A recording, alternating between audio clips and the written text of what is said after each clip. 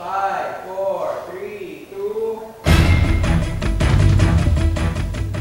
2... Ito ang Metro Flash, magandang umaga. Maglulunsad ang iba't ibang militanteng grupo ng kampanyang tinawag nilang Gloria Step Down. Ito ay bunsod na patuloy na paglala ng krisis ng langis at ng pagkain. Sa ipinatawag na pagpupulong sa Quezon City, sinabi ni Bayan Munang Representative sa Tour Ocampo na dapat panagutan ni Pangulong Arroyo ang kawalan niya ng kakayahang matugunan ang problema ng bansa. Kaugnay nito, nagbabala ang kongresista ng isang malaking pagkilos ng taong bayan. Ito ay tinakda sa araw ng sona ng Pangulo sa Hulyo 28. Sa iba pang balita, Richard Gutierrez at Casey Concepcion, sweet na sweet daw sa Greece. May time pa nga raw na magko-holding hands ang dalawa habang nanonood ng sunset. Kasalukuyang nagsushooting ang dalawa sa Santorini, Greece para sa pelikula nilang For the First Time.